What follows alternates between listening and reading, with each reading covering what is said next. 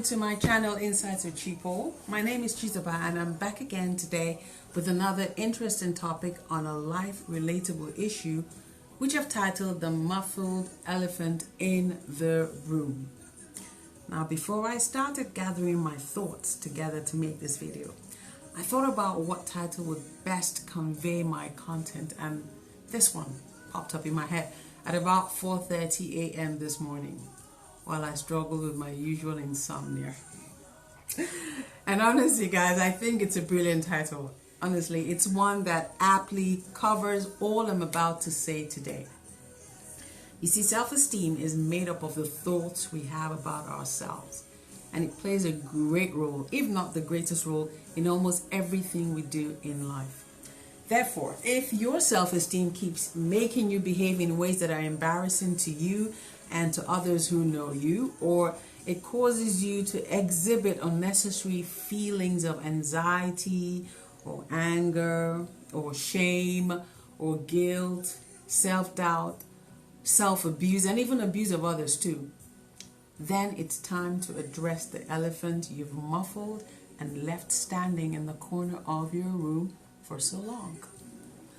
A low or a bad or even a too high self-esteem can sabotage your relationships, your career, and anything else you desire or have worked so hard for in life. You will agree with me that having a healthy self-esteem is really an important part of a wholesome living, as it helps us make positive choices in our everyday life and relationships, and it lets us know how to deal with difficult situations. A healthy self-esteem is when you have a positive relationship with yourself, with your mind, your body, your soul, okay? And even though you know that your life won't always go the way you expect it to, you don't let the negative experiences define your outlook on life, all right? Personally, I've come to understand, why are you standing there? Sorry, my daughter's in the corner. I've come to understand that my self-esteem can determine how far I go in life, and how well too, because it is the container. I'll use the word container. I think it really fits it. It is the container that holds the way I think and feel about myself, which ultimately decides the way I act all the time, and then reflects in the relationship I have with myself, with others, and with the world at large. Yeah, okay? Now, you may or may not be aware of this, but a person's self-esteem can deny them many things in life, many things, if it keeps getting ahead of them and in the way of their progress, all right? And so if it isn't repaired on time, it will eventually define who they are. Now, as long as you and I do not have we don't have a healthy self-esteem while doing whatever it is that we do in life, we will continue to have experiences that leave us feeling worthless and inadequate afterwards, because we have not addressed and dealt with that muffled elephant in the corner staring at us, our self-esteem. So, if you're someone who constantly thinks negatively about yourself, or feels awkward and incompetent whenever you're around people, if you're someone who often sees rejection and disapproval in your encounters, even when there really isn't any, and if you constantly put yourself on a scale and measure yourself against others, which can then in turn turn to inferiority or superiority complex over them, then you may be struggling with a bad self-esteem, and this video today is for you. On the other hand, on the reverse side, if you're someone who has a too high self-esteem that borders on arrogance, if you place too much value on your opinions and ideas over that of others, forgetting that you are not perfect, then this video is also for you. What I'm about to discuss today will not only reveal to you what you didn't understand about self-esteem, but we'll also show you how to identify any unhelpful and repetitive patterns of behavior that keep directing your life from the kind of self-esteem you have, okay? And then alongside some potent scriptures that I use to affirm and reaffirm my self-worth and value every day, I'll also share some practical tips with you on how you can work on building yourself a healthy self-esteem. So, get ready, guys. When I first started thinking of my self-esteem, I realized that I kept confusing it with my self-confidence. And this is something many of us do. We confuse self-confidence with self-esteem, and we don't really understand that there is a big difference. So before I go further, let me talk about the distinction between the two. Self-confidence is the trust you have in yourself, and in particular in your ability to engage successfully with the world around you. As a self-confident person, you are able to confront new challenges that come your way, for example, okay? As a self-confident person, you have the confidence to manage whatever has been entrusted to you, and also to take responsibility for it if and when things go wrong, okay? So that's self-confidence. Self-esteem, on the other hand, is our emotional evaluation of our worth in life, okay? Our emotional evaluation of our worth in life. Put simply, it is the eye through which we see ourselves, all right? And the extent to which we have placed value in ourselves as a person for others to respect and value as well, okay?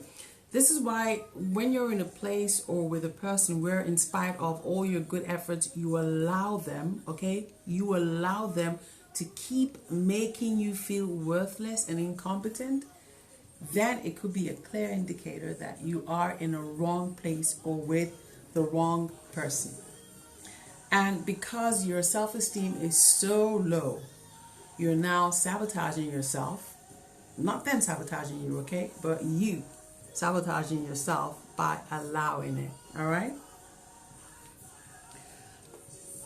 Because it's what you allow, as they say, it's what you allow that will continue in your life. You're ruining the chances for the beautiful person that you truly are behind those walls of low self-esteem you've surrounded yourself with. You're ruining the chances for that beautiful person from within to emerge. And you need to know this today, okay?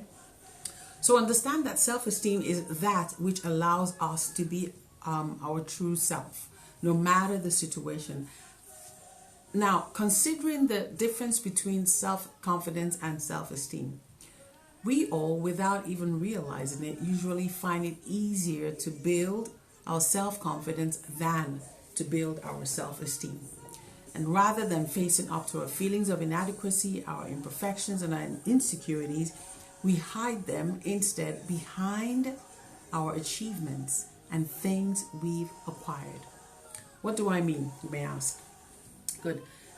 Let me explain. As humans in a modern world, this modern world that we live in, we are wired to keep trying to keep up and catch up with everyone and everything in the hope that these things will fill the emptiness we feel inside us, all right? And so we strive to acquire what we deem a befitting status in life, you know? We work hard to get more income, more possessions, a perfect relationship, a perfect marriage, if there's anything like that, good grades, a good job, the bigger car, bigger house, a bigger this, bigger that, a bigger everything.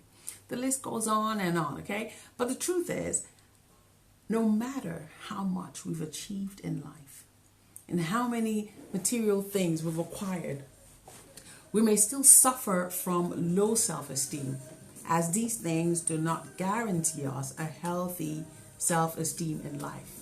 No, they don't. Okay?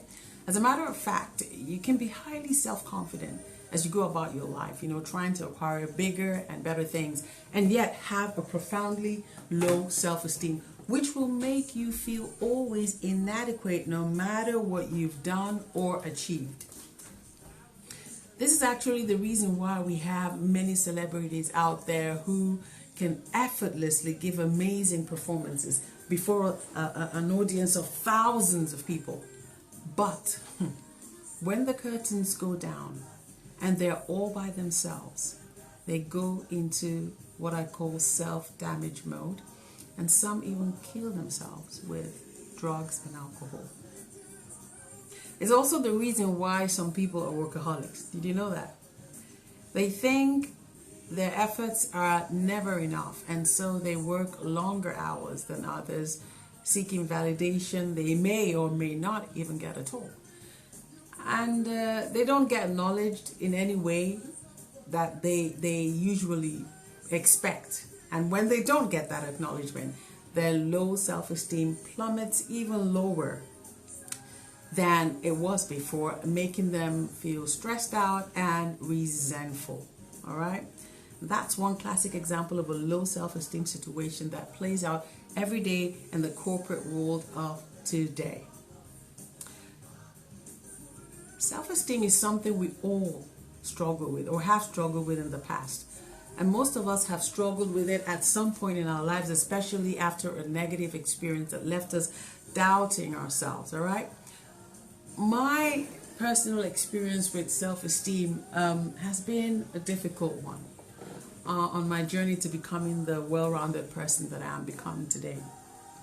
It didn't start suddenly or come easily either. It's taken me years of searching for myself through the layers of pain, disappointments, mistakes, rejections, the feelings of guilt, failures, denials, feelings of inadequacy and insecurities, and sifting through all of that to start to develop my self-esteem to where it is now, and to find my true self again and discover who God created me to be. And I can truthfully tell you now that it still isn't even where it should be. But because I'm conscious of it now and honest to myself about it, I'm well practiced, well versed, as they say, on how to catch myself on time and deal with it, okay?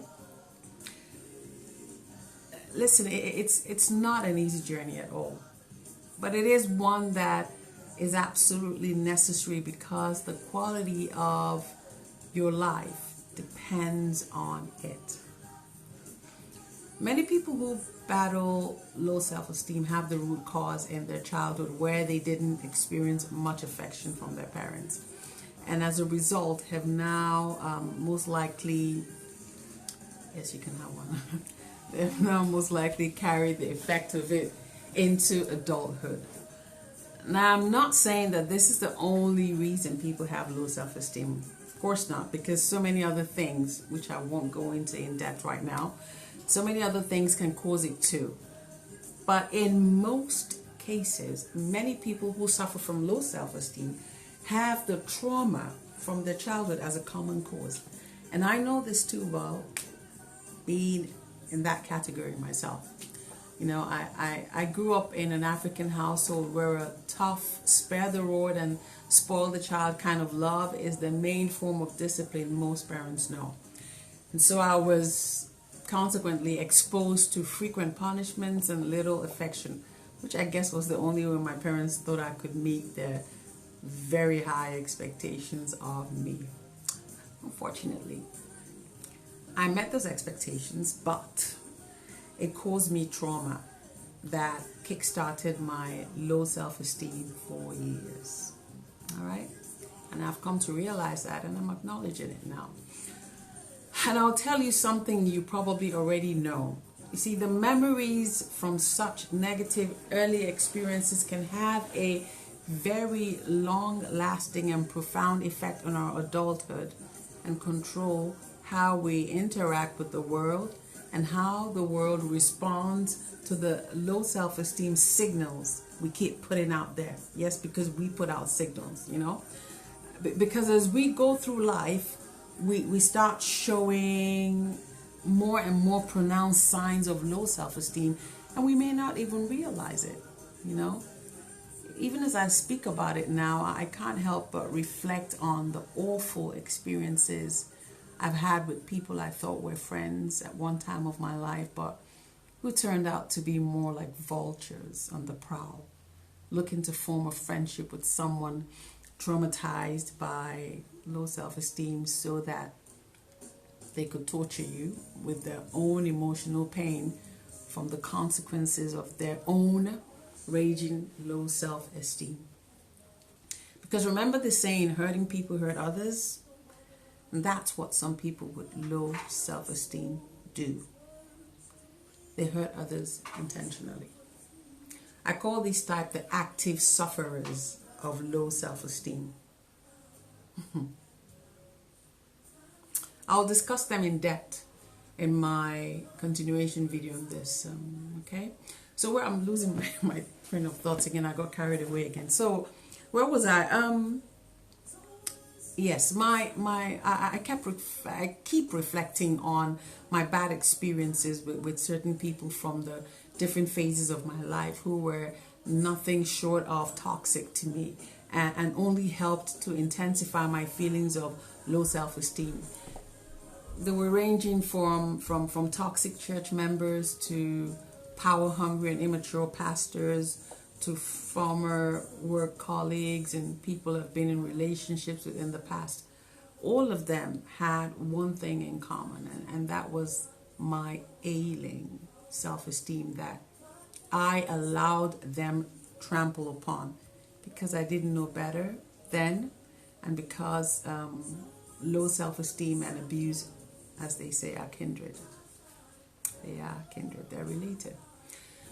Now you see, because I observed in myself some of the signs I'm about to share with you now, and I chose to start working on these signs, or working on these things successfully, I'm now able to, by the grace of God, recognize them in the behavior I see in others. So what I'm going to do now is I'm just going to share with you some of these behaviors, and we'll take it on from there, okay?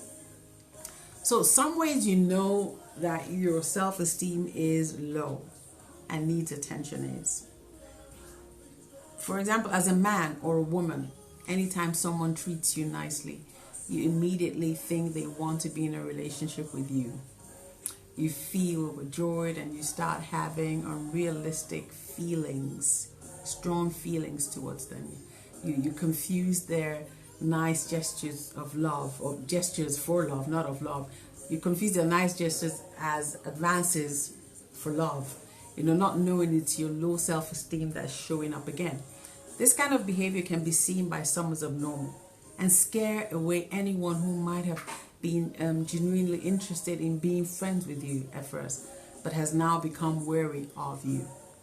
And so you lose out on whatever benefits their friendship may have held for you. And worst of all, the embarrassment and the shame that it causes you will only drive your already low self-esteem even lower, leading to depression and feelings of worthlessness. Another scenario is when you're in a relationship with someone who clearly doesn't love you and leaves no opportunity out to show you his true feelings about you and, show it to everyone else around you. Yet, because you're so used to being treated always badly, you don't know it any other way. And because you've always believed that you're no good anyway and nobody can ever love you, you sometimes consciously enter into relationships like this, expecting people to treat you badly, Now, this one is also very common in marriages where you as a wife have made up your mind that all men are supposed to cheat and disrespect their wives, and therefore your husband is allowed, okay? He's allowed to cheat on you and treat you the same way. And so you basically, I don't like using that word basically, but just using it in this context. And so you mortgage the remainder of your self-worth and long-term happiness by staying in the unhappy marriage and always on the brink of insanity. as you commute from church to the war room, praying daily for God's intervention. Just because you went into the marriage with a low self-esteem guiding you. That's the life that you're living now. Another side to that is when you're in a relationship and you think your partner is too good for you. Yes, you have that type. Because you don't think too highly of yourself anyway. So you tolerate things that you shouldn't stand for, you know. You may have entered the relationship with that attitude, or perhaps years of abuse in the current relationship or even a former one has made you be that way. Your low self-esteem has left you with a lower hand in the relationship. And so you find yourself accepting every nonsense they do to you. And the question is, are you really tolerating all of that really because you love him or her so much? Or are you just too insecure in yourself to speak up and set boundaries? Which one is it? Because either way, you're not getting any better the longer you refuse to address the elephant in the room and fix yourself. Because one day you will implode, and then we will have to watch your story on Snapped, Women Who Kill. Yes. Those stories we see on there, they're not fairy tales, they're not fake, they're not made up, they are happening. All right? Okay, guys, I'm looking at the time. I'm out of time again.